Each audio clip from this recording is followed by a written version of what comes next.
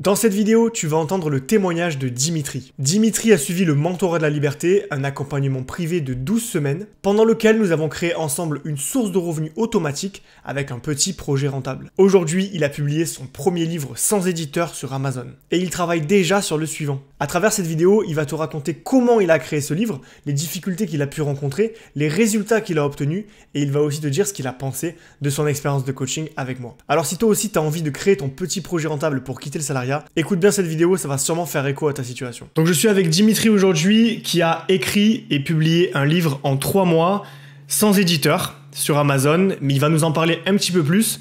Donc pour recontextualiser l'expérience, Dimitri, on est en coaching ensemble depuis 3 mois. 3 mois pendant lesquels tu as écrit un livre sur Amazon et tu vas nous en dire plus tout de suite. Alors pour commencer, Dimitri, est-ce que tu peux te présenter en quelques mots?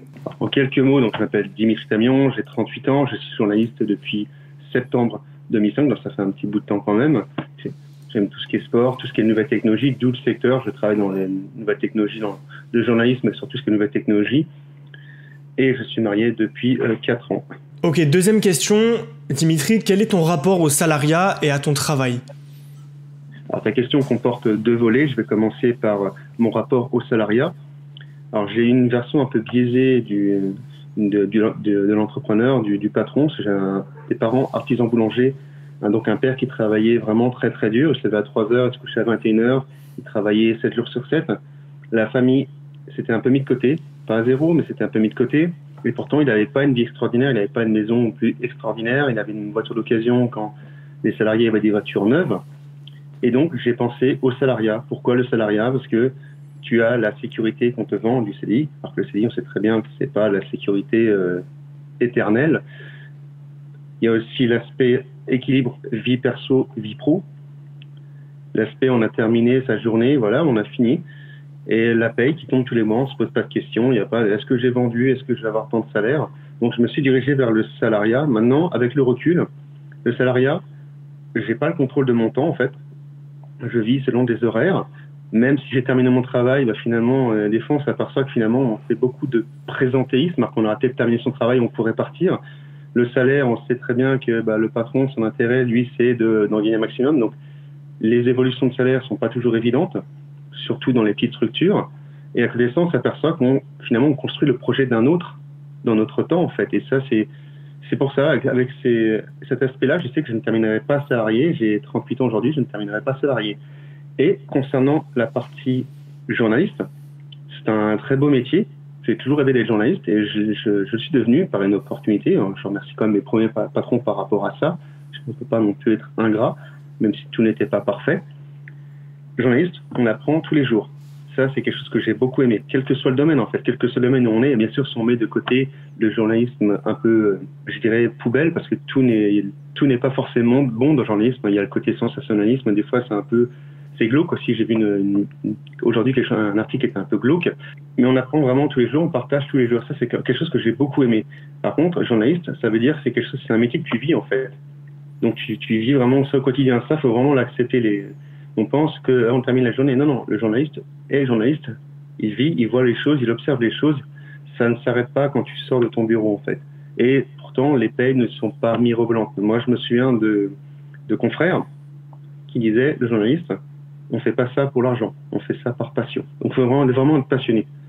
Voilà. Donc, moi, ça m'amène à l'idée aujourd'hui. Je suis salarié et journaliste. Je sais que potentiellement, je pourrais continuer dans l'écriture. J'aime faire ça. D'ailleurs, on le verra tout à l'heure. Par contre, le salariat, je sais qu'à un moment ou à un autre, ça s'arrtera. Et du coup, transition parfaite par rapport à ta réponse. D'où t'est venue l'idée d'écrire et d'auto-éditer un livre sur Amazon? Alors en fait, je vais répondre en 2 parties. D'où m'est venue l'idée d'écrire?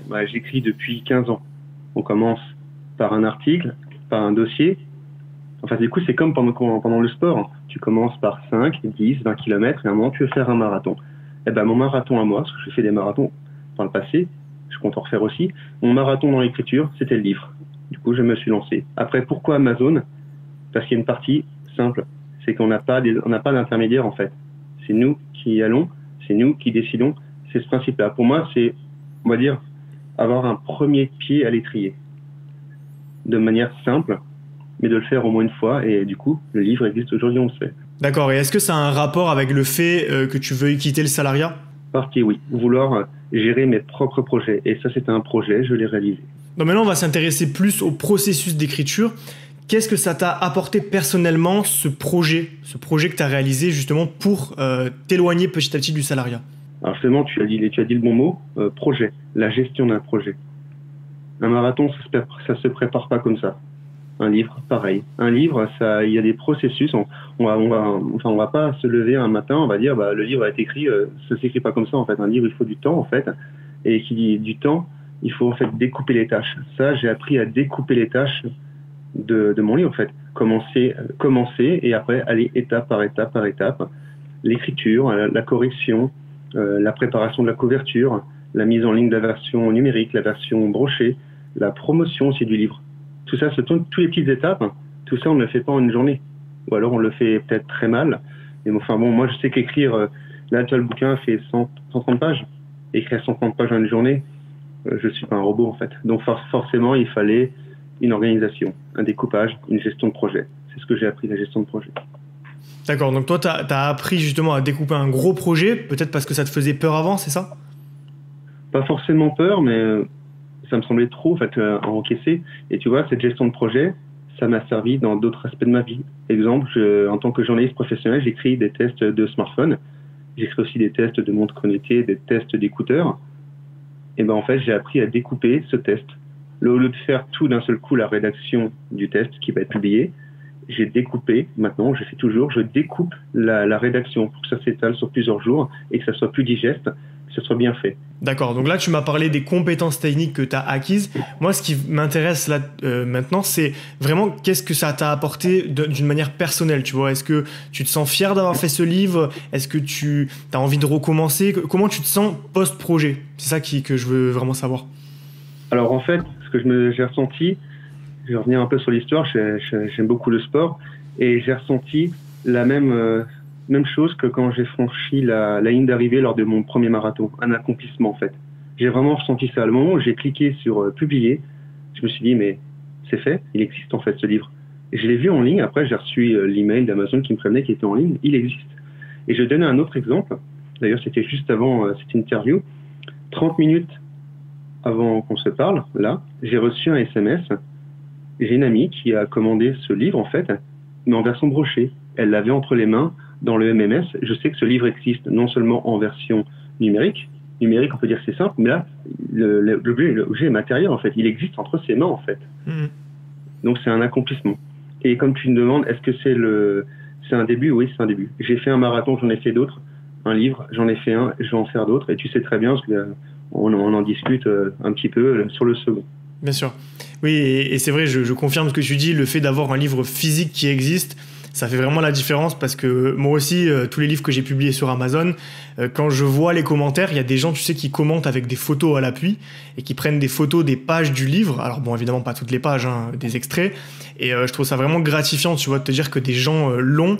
Il y a certains de mes livres qui sont même des best-sellers et qui sont revendus sur le marché de l'occasion.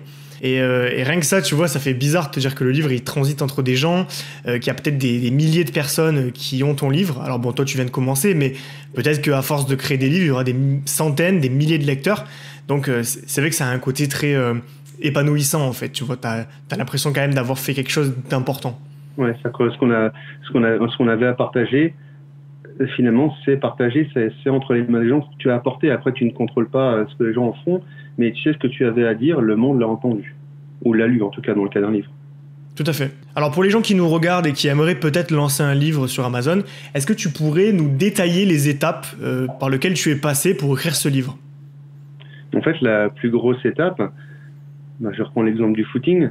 J'aime bien cet exemple. Je ne sais plus qui avait écrit ça. C'est un spécialiste des habitudes qui a écrit ça, James Clear, je crois. Le plus dur, c'est les premières minutes, en fait. Quand parcourir, le plus dur, c'est de mettre ses baskets et de partir. En fait, quand on écrit un livre, le plus dur, c'est de prendre sa plume et écrire les premières lignes. Une fois qu'on a écrit les premières lignes, en fait, on est lancé, on est dans le processus. En fait, si je dirais à quelqu'un de se lancer dans un livre, enfin, si je disais, pardon, de se lancer dans un livre, c'est de commencer déjà à prendre une feuille, à prendre un Word et commencer à écrire, en fait. Le plus dur, c'est de commencer, c'est de mettre le pied à l'étrier. Une fois qu'on a commencé, on est dedans, on est parti, en fait. Après, bien sûr, il y a d'autres étapes. dans mon cas, je vais peut-être anticiper peut-être une question que tu vas peut-être poser, mais là où l'accompagnement est intervenu, c'est que les 5-10 premiers kilomètres dans la course à pied ou les 3-4 premières pages, dans l'exemple d'un livre, sans dire si on se lance, c'est accessible. Après, on arrive à un certain niveau, par exemple un marathon, un semi-marathon, où on arrive à 50-60 pages, là on commence à taper dans le dur en fait, et c'est là qu'il faut du soutien, une méthode et une personne peut-être qui a fait avant toi, qui te montre en fait. Là, tu vois, tu m'as montré le chemin à suivre. Moi, le chemin, j'avais une idée en fait, mais tu m'as montré les étapes à suivre, tu m'as donné une méthode que tu avais toi, qui a fonctionné. Comme moi, j'aurais pu te montrer une méthode quand je vais courir 25 ou 30 km. C'est ça en fait, c'est d'avoir quelqu'un qui va te guider. Toi, tu vas savoir commencer.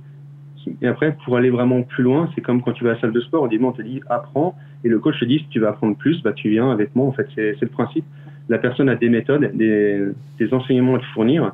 Toi, tu commences et après, il faut simplement bien s'entourer. En fait. Et donc, par rapport aux étapes que tu as passées ensemble, alors je vais un petit peu les décrire, tu vas pouvoir me dire ce que tu en as pensé aussi. En gros, il y a eu donc la partie effectivement de l'écriture qui représente la plus difficile, comme tu dis. Hein. C'est souvent à ce moment-là où j'ai pas des abandons parce qu'il y en a très peu qui ont abandonné. J'ai eu un élève déjà qui a arrêté.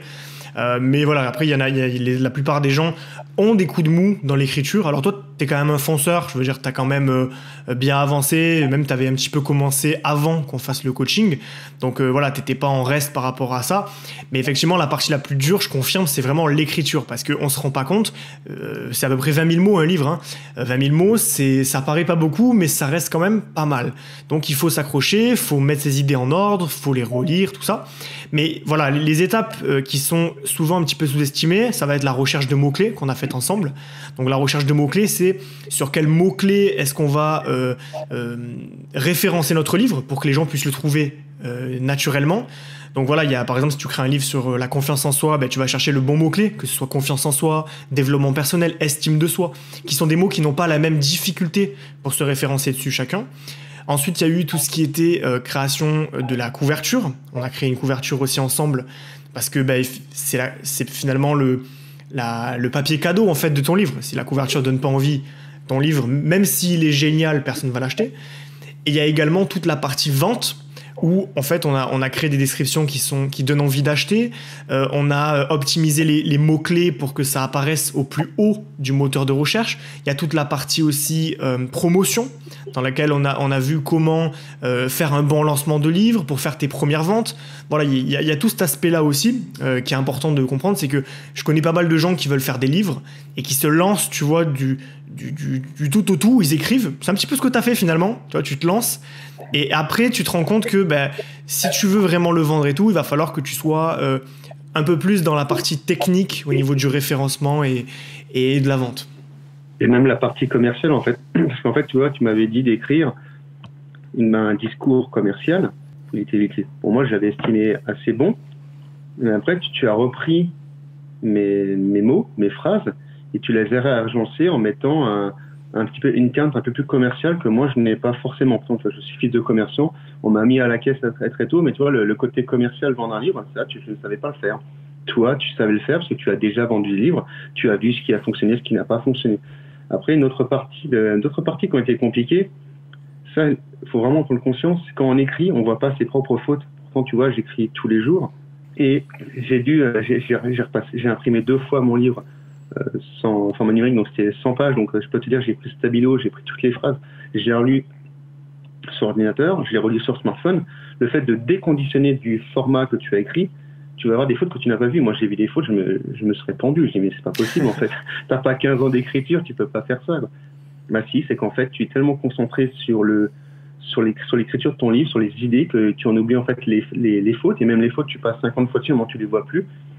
J'ai même des personnes, tu as relu mon livre, mais d'autres personnes m'ont relu.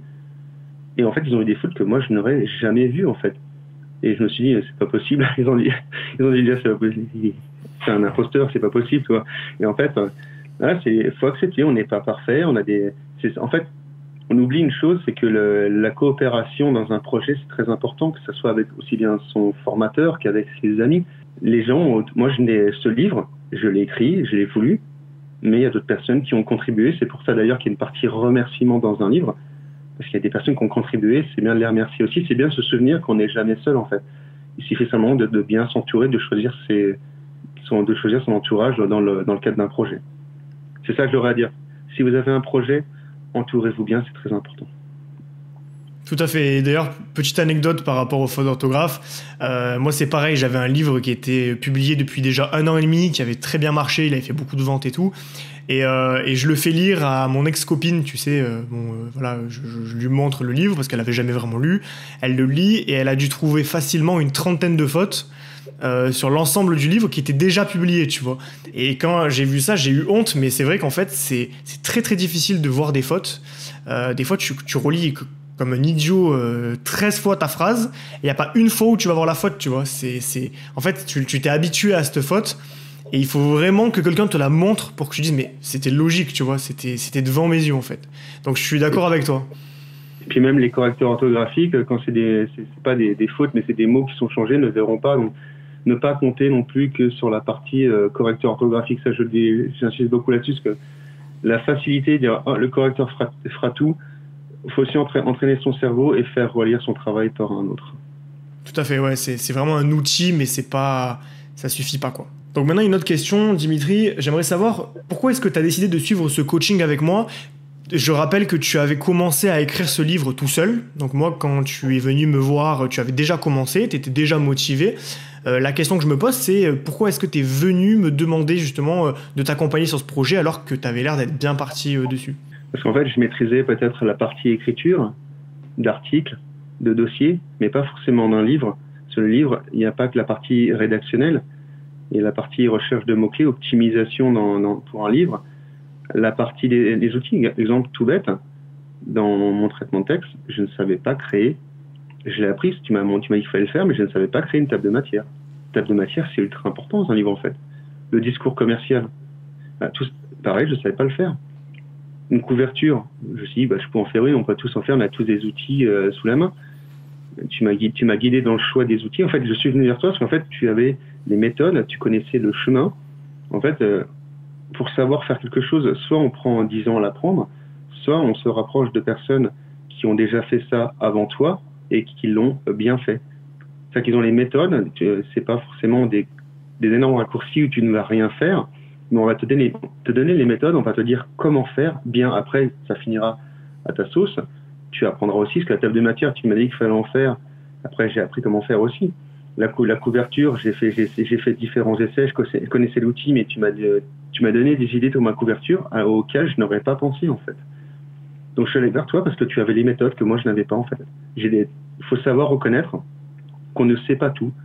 Moi, tu peux me poser beaucoup de questions sur les smartphones, sur le fait d'écrire un article, mais écrire un livre, il y a 3 mois, je ne connaissais rien, en fait. Il faut savoir être honnête avec soi-même. Déjà, commencer par être honnête avec soi-même, conscient de ses compétences, conscient de ses limites, c'est déjà le début d'un projet, en fait. Parce qu'on va savoir où il faut travailler pour prendre les ressources qui nous manquent. Alors la plupart des gens qui nous suivent, qui me suivent plutôt, sont plutôt dans une optique de dévalorisation. Tu vois, c'est des personnes justement qui ont l'impression de ne pas avoir de compétences. Mais tu vois, ça c'est quelque chose que j'essaie beaucoup d'inculquer à mon audience, c'est que la plupart des gens ont des compétences, tu vois, naturellement. Toi, c'est ton métier qui te confère des compétences d'écriture. Peut-être que ta passion aussi pour les smartphones ou pour d'autres sujets peuvent te donner des compétences, mais la plupart des gens qui vont regarder cette vidéo vont avoir l'impression de n'avoir rien à apporter. Tu vois, ils vont dire je sais pas écrire, je sais pas faire ci, je sais pas faire ça, j'ai pas forcément de passion. Mais à chaque fois, ce qui est incroyable, c'est que quand je commence un coaching avec des personnes, tu vois, il y a des personnes qui ont des projets déjà tout carrés comme toi, ou voilà, tu sais ce que tu veux faire, tu sais où tu vas. Et j'ai des personnes aussi qui arrivent, qui me disent Johan, je sais pas quoi faire, tu vois. Ils commencent de zéro en fait. Et ces personnes-là, elles sont souvent très surprises de se rendre compte après 1 ou 2 séances, quand on a trouvé une idée de projet, une passion et un thème sur lesquels ils vont pouvoir parler et être à l'aise. Donc voilà, je profite de cette question-là pour rappeler à tout le monde que voilà, on a tous des passions, on a tous des compétences. Il y a personne qui a aucune compétence, qui a rien à apporter. Enfin, en tout cas, ça m'est jamais arrivé jusqu'à présent. Mais voilà, c'est important de comprendre que toutes ces petites voix dans nos têtes qui nous disent qu'on n'est pas à la hauteur, souvent c'est que des peurs. Et c'est pas la réalité, voilà. Si demain t'es passionné, je sais pas moi, de cheval et que tu as une bonne plume, tu peux écrire un livre sur ça. Si demain t'es à l'aise à l'oral et que tu veux parler de cheval, tu peux aussi faire une formation vidéo, tu vois. Il y a toujours un moyen de récupérer ses compétences et d'en faire une source de revenus. Et aussi, parfois, il faut avoir le déclic. On va peut-être remettre aussi les choses dans le contexte. Je me suis lancé dans l'écriture de ce livre. Je vais le dire, on va le dire directement. C'est que tu avais proposé une discussion comme ça, d'une trentaine de minutes à différents de tes abonnés, auxquels j'ai participé.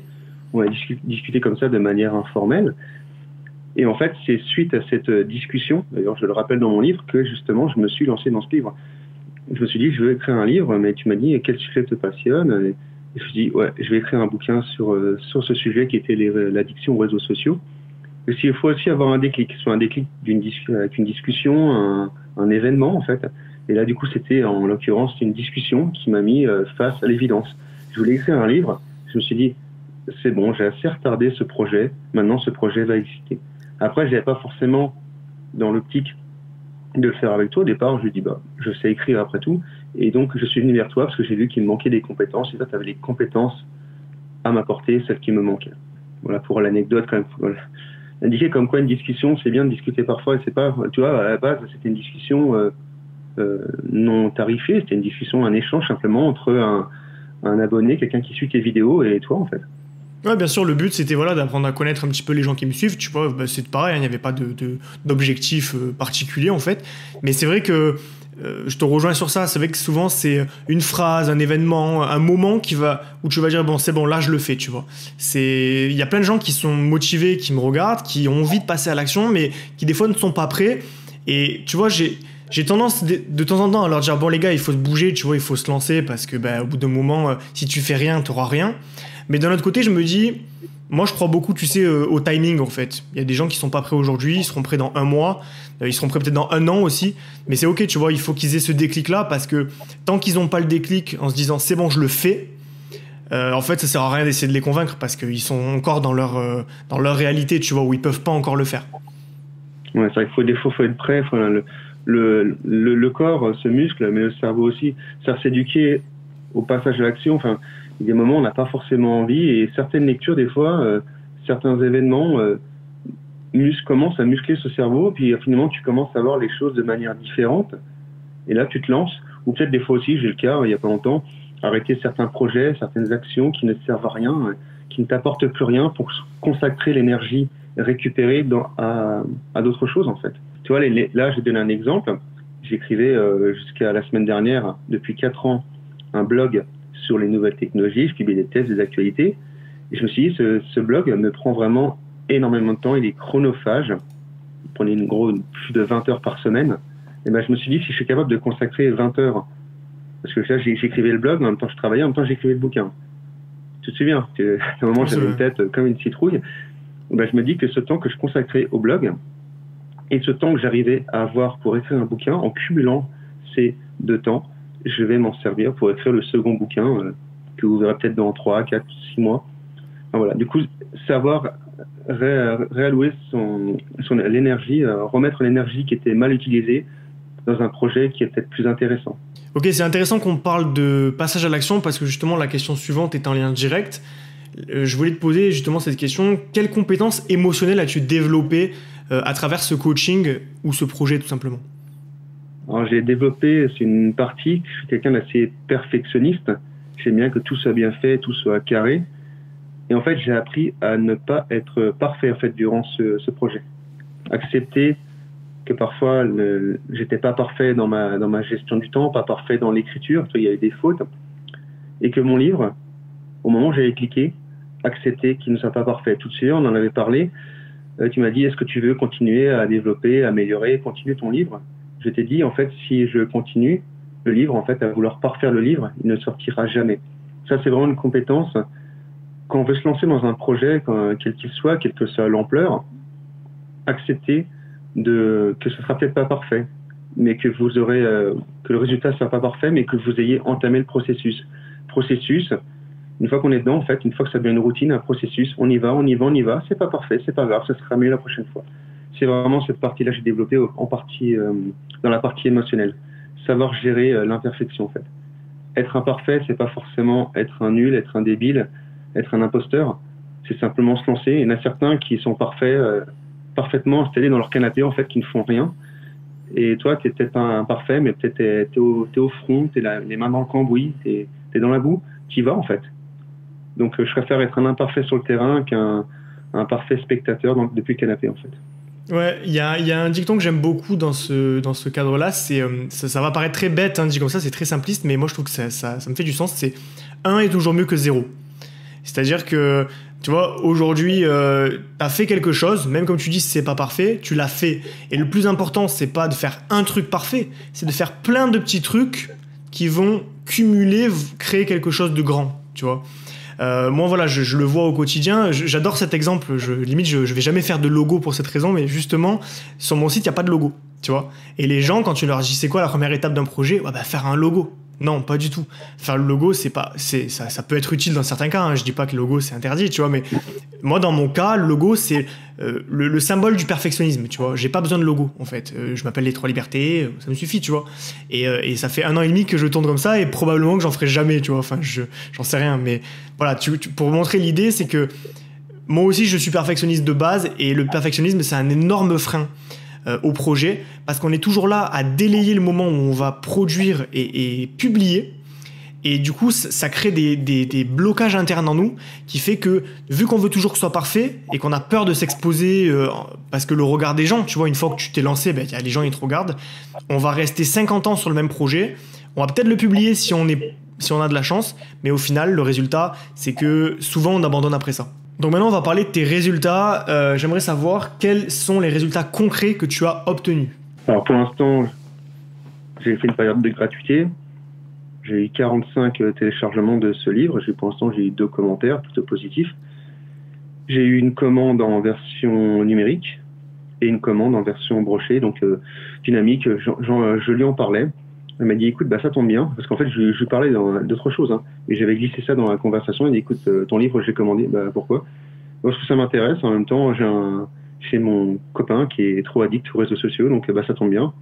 Et comme tu sais, on l'a dit tout à l'heure, elle m'a envoyé le MMS avec le livre qui existe vraiment, en fait. Okay. Et après, j'ai aussi des retours de gens qui me regardent. Ah ouais, t'as lancé ton truc, c'est vrai. Ils sont même étonnés, en fait. Ça, au-delà du résultat financier, du résultat du volume de téléchargement, tout ce qui est chiffres, c'est l'image que tu renvoies, en fait, au niveau des personnes.